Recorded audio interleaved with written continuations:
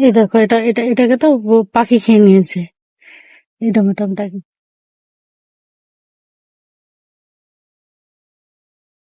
এটা আর একটু পাকবে।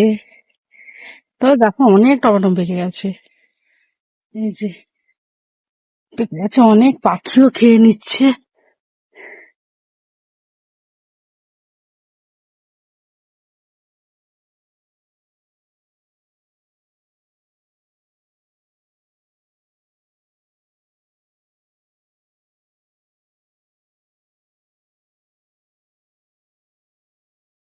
এটা তুলবো না, এটা আরো একটু পাকবে।